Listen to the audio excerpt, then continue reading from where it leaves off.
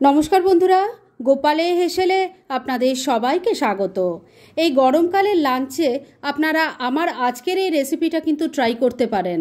ডাল শুক্তানি খেতে যেমন ভালো হয়, সেরকম শরীর স্বাস্থ্যের জন্যও কিন্তু খুব ভালো। তাই চলুন আর একটু সময় নষ্ট না করে রান্নাটা করে ফেলি। আজকে গরমকালের অতি উপযুক্ত একটি ডাল তৈরি করব, সেটার নাম হলো ডাল শুক্তানি।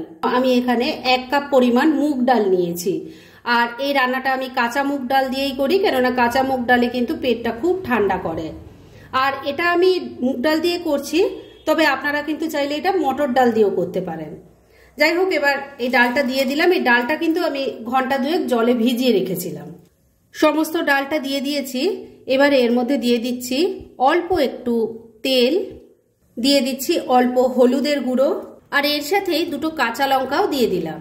এবার লিডটা লাগিয়ে দিচ্ছি আর মিডিয়াম ফ্লেমে রেখে একটা হুইসেল দিলে কিন্তু ডালটা হাফ সেদ্ধ হয়ে যাবে। আর সেরকম সেদ্ধ করে নিয়ে তারপর ফিরে আসছি।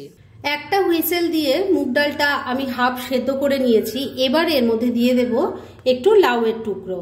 আমি একটা ছোট সাইজের লাউয়ের থেকে অর্ধেকটা কেটে নিয়েছি আর সেটাকে একটু বড় বড় টুকরো করে কেটে দিয়ে দিচ্ছি।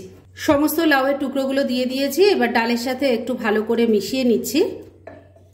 এবার গ্যাসটা আবারও জ্বালিয়ে দিয়েছি আর লিডটা লাগিয়ে দিয়ে ওই মিডিয়াম ফ্লেমে আরও একটা হুইসেল দিলে ডালটা ভালো মতো সেদ্ধ হয়ে যাবে আর লাউগুলোও কিন্তু ঠিকঠাক মতো সেদ্ধ হয়ে যাবে। মানে এমনভাবে লাউ সেদ্ধ করতে হবে যাতে সেদ্ধ হয় কিন্তু গলে না যায়। যাই হোক, সেইভাবে সেদ্ধ করে তারপর নেক্সট স্টেপের দিকে এগোচ্ছি। একদিকের ওভেনে ডালটা সেদ্ধ হচ্ছে আর আরেক দিকের ওভেনে আমি এই রান্নার অন্যান্য কাজগুলো সেরে ফেলছি। সেজন্য কড়ায় অল্প সর্ষের তেল দিয়ে গরম করে নিয়েছি। এর মধ্যে প্রথমেই দিয়ে দিলাম অল্প নুন। শুনতেই পেলেন হুইসেলটা পড়ে গেছে, গ্যাসটা বন্ধ করে দিলাম। দিয়ে দিচ্ছি সামান্য হলুদের গুঁড়ো। এবার এর মধ্যে একটু উচ্ছের টুকরো আমি রিং রিং করে কেটে নিয়েছি, মানে রিং পিস করে কেটে নিয়েছি, সেগুলো ভেজে নেব। আমি এটা উচ্ছে দিয়ে করছি, তবে আপনারা কিন্তু চাইলে করলা দিয়েও করতে পারেন। উচ্ছের টুকরোগুলো হালকা করে ভাজা ভাজা করে নিয়েছি। এবার এর মধ্যে দিয়ে দিচ্ছি সজনে ডাঁটা। উচ্ছের সাথে মিশিয়ে নিয়ে সজনে ডাঁটাগুলোকেও একটু হালকা করে নাড়াচাড়া করে নেব। সজনে ডাঁটা খুব বেশি ভাজা যায় না, তাহলে এর জুসটা নষ্ট হয়ে যায় আর এর ছিবড়ে মতো হয়ে যায়, খেতে ভালো লাগে না। তাই হালকা করে ভেজে নামিয়ে নেব। উচ্ছে সজনে ডাঁটা হালকা করে ভেজে তুলে রেখে দিয়েছি। আর ওগুলো তুলে নেওয়ার পর কড়াইয়ের মধ্যে আবারও সামান্য একটু সর্ষের তেল দিয়ে গরম করে নিয়েছি। এর মধ্যে প্রথমেই দিয়ে দিচ্ছি অল্প কালো সর্ষে, দিয়ে দিচ্ছি অল্প একটু রাঁধুনি, এর সাথেই একটা তেজপাতাও দিয়ে দিলাম। এবার ফোড়নটাকে কয়েক সেকেন্ড একটু ভাজা ভাজা করে নিচ্ছি। ফোড়নটা ভাজা ভাজা হয়ে গেছে। এবার এর মধ্যে দিয়ে দিচ্ছি 1 চামচ আদা বাটা। এর ওপরেই নুন দিয়ে দিচ্ছি, না হলে আদা বাটাটা খুব ছিটবে। স্বাদ মতো নুন দিয়ে দিলাম, সামান্য হলুদের গুঁড়ো দিয়ে দিলাম। ভালো করে মিশিয়ে নিচ্ছি। বন্ধুরা, আপনারা আমার রেসিপি দেখার সাথে সাথে আমার ফেসবুক পেজ গোপালের হেসেল, তাতেও ভিজিট করতে পারেন। ডেসক্রিপশন বক্সে লিংক দেওয়া আছে। মশলাটা ভালো করে কষিয়ে নিয়েছি।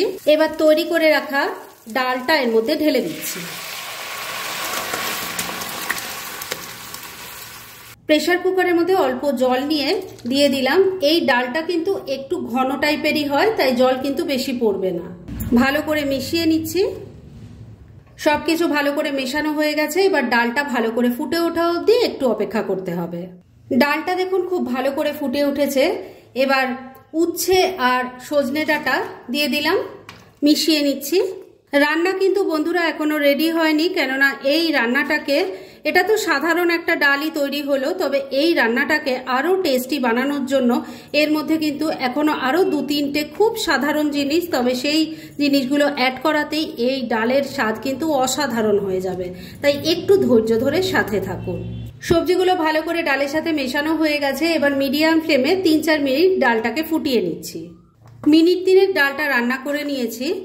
এটা আগেই বলেছি, এটা কিন্তু এখনো রেডি হয়নি, কেননা এর মধ্যে আরো কয়েকটা জিনিস পড়বে যাতে এর স্বাদ অসাধারণ হয়ে যাবে। এর মধ্যে প্রথমেই দিয়ে দিচ্ছি আদা আর রাঁধুনি বাটা, দিয়ে দিচ্ছি অল্প একটু ঘি। নুন আমি আগেই দিয়েছি, তাই এখন দিয়ে দিচ্ছি অল্প একটু চিনি। ভালো করে সবকিছু মিশিয়ে নিচ্ছি। গরমকালে এই ডাল শুক্তানি খেতে কিন্তু ভীষণ ভালো লাগে আর শরীরের জন্য এটা খুবই উপকারী। আগে যদি এভাবে না ট্রাই করে থাকেন, সবার কাছে রিকোয়েস্ট এই রান্নাটা অবশ্যই একদিন ট্রাই করুন, আর তারপর কেমন লাগলো প্লিজ কমেন্ট করে জানাবেন। সবকিছু খুব ভালো করে মিশিয়ে নিয়েছি। এবার মিনিট দুয়েক আবারও রান্নাটা করে নিচ্ছি। মিনিট দুয়েক আবারও রান্নাটা করে নিয়েছি। এবার ডাল শুক্তানি একদম রেডি, গ্যাসটা বন্ধ করে দিলাম। আর শেষ সময় কিন্তু অবশ্যই একবার নুন মিষ্টিটা চেক করে নেবেন, ব্যাস তাহলেই হবে। এবার রান্না তো রেডি হয়ে গেছে, এবার আর এটাকে ঢেকে রাখারও কোনো দরকার নেই, ডাইরেক্ট সার্ভ করে আপনাদের দেখাচ্ছি। ফ্রেন্ডস, আমার আজকের এই ডাল শুক্তানির রেসিপি একদম রেডি হয়ে গেছে এবং আমি সার্ভ করে দিয়েছি। ভীষণ ইজি রেসিপিটা, খুব কম সময় কম উপকরণ দিয়ে এটা তৈরি হয়ে যায়, অথচ গরমকালে দুপুরবেলা এটা খেতে কিন্তু ভীষণ ভালো লাগে। তাই দেরি না করে পারলে এটা আজ থেকেই ট্রাই করা শুরু করে দিন, আর তারপর কেমন লাগলো সেটা প্লিজ কমেন্ট করে জানাবেন। এরকম ধরনের অনেক ভালো ভালো নিরামিষ রান্নার রেসিপি আপনারা গোপালের হেসেল সার্চ করলেই পেয়ে যাবেন, যার মধ্যে থেকে কিছু কিছু আমি সাজেস্টেড বক্সেও দিয়ে দেব, সেখান থেকেও আপনারা দেখে নিতে পারেন। তাই গোপালের হেসেল অবশ্যই ভিজিট করুন। আর আপনারা কেমন ধরনের রেসিপি চাইছেন সেটাও কিন্তু আমাকে জানাতে পারেন, আমি চেষ্টা করব সেই সব রেসিপিগুলো আপনাদের সাথে শেয়ার করার। আর আমার আজকের এই রেসিপি যদি আপনাদের ভালো লাগে আর ইউজফুল বলে মনে হয়, তাহলে যারা এখনও আমার চ্যানেলটাকে সাবস্ক্রাইব করেননি তারা প্লিজ প্লিজ সাবস্ক্রাইব করুন। তাহলে আজকের মতো এখানেই শেষ করছি। পরদিন আবার এরকমই কোনো ভালো রেসিপি নিয়ে চলে আসব। আপনারা সবাই খুব ভালো থাকুন, সুস্থ থাকুন।